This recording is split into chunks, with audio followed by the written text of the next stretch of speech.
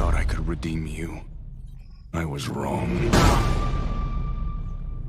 Hey, I'm Keckers, and these are my thoughts on the latest DC animated adaptation, Injustice. Now, before we go any further, if you're liking these videos, remember to hit that like button and subscribe. We're trying to grow this channel, and I want to hear more from you about what you like, what you're enjoying, and we want to see for the rest of this channel as we move forward. Now, Injustice is an adaptation of the beloved video game series from NetherRealm Studios, but it also takes a lot of stuff from the comics, which are the prequels to the video games, and it kind of fails as an adaptation of both to me, unfortunately. Now, how does it fail? I'm going to have to get into a lot of stuff about it. Now, before we get any further at this, I do have to say, spoiler, spoiler, spoiler. Now, Injustice is another one of those what if Superman went evil stories. In fact, it's the most popular version of that story in recent history. This one being Superman going evil after the Joker tricks him into accidentally killing Lois, his pregnant wife, as well as wiping out all of Metropolis. His response to it is not the best, I have to say. All the death and tragedy and trauma causes him to go off the deep end and focus on stopping all crime, all corruption, all everything, and just trying to keep the world 100% safe and under his rule, and the madness of him following through with these things and how people have to go through trying to put a stop to him.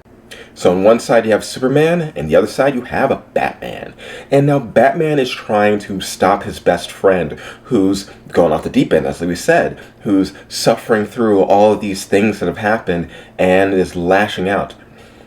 The crux of the drama is, can Batman stop him from going too far? Is Superman in the right? And I would say if this were the comics or even the video game, there's a lot of nuance and there's a lot of focus on these deep character connections. It's a lot of good fights, obviously, and just the focus on where these characters go wrong, the slow descent of Superman into madness, and Batman and his forces trying to keep things together. Now, in the comics and games, there's Superman's regime and Batman's resistance. Superman's regime is always on the top side, always more powerful, always in control, while Batman is moving through the shadows, trying to build up forces, trying to put a stop to everything which is going on. And Superman is just 100% in control at all times, until help comes from unlikely sources. But because of the small runtime, you don't really get that in this. There is no real regime. There's just Superman and Wonder Woman and him trying to form this police state. And all the stuff with Batman is just like him and three guys.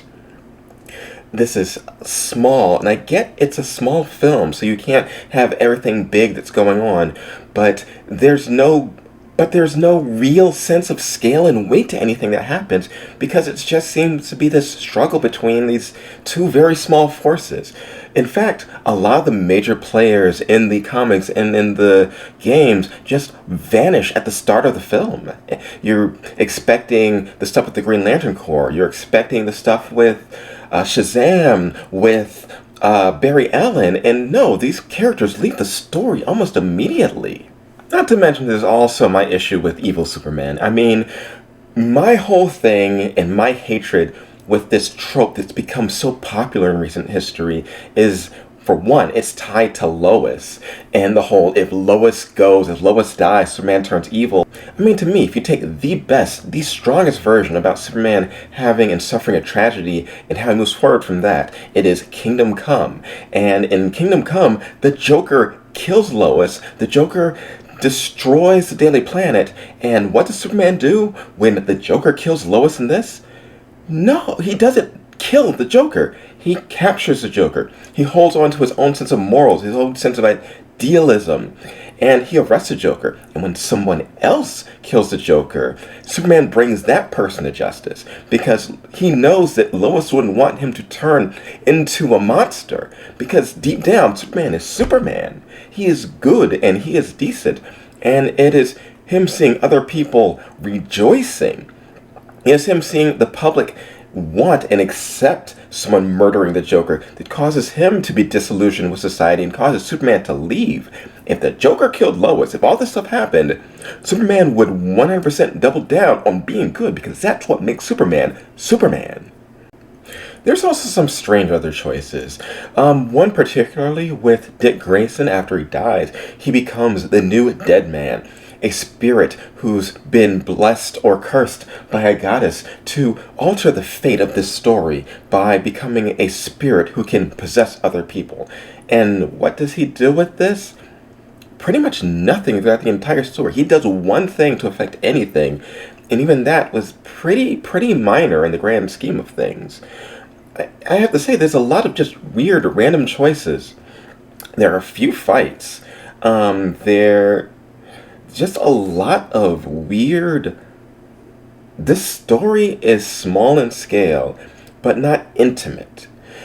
Characters just go off. Characters don't feel like themselves. They don't even feel like evil or twisted version of themselves. They just don't feel like these are the things these characters would do. And it's also full of a bit too many contrivances. There are so many accidental deaths in this film that it just becomes laughable. In fact, yes, every tragic death that happens in this film is something where you just find yourself laughing at, like, how dumb it is and how out of character any character has to be in it to do the things that they do. The resolution comes out of nowhere and completely invalidates most of the story that happened. The fact that Superman gets sad at the end, and that is what causes this story to stop. And it does just stop. There's no resolution. The story just stops. I don't know what they're doing. There's nowhere they can go further from here. They're definitely not doing any of the Injustice 2 stuff here. I love DC animated films. For a long time it was Marvel live action, DC animated. But this is just the first really bad DC animated film to me. Yeah, I'm just disappointed. Not going to get a recommend from me. And if you liked it, if you liked the story, read the comics or play the game. As far as the film, yeah, this is a pass. Well, anyway, this is Keckers. I'll see you later.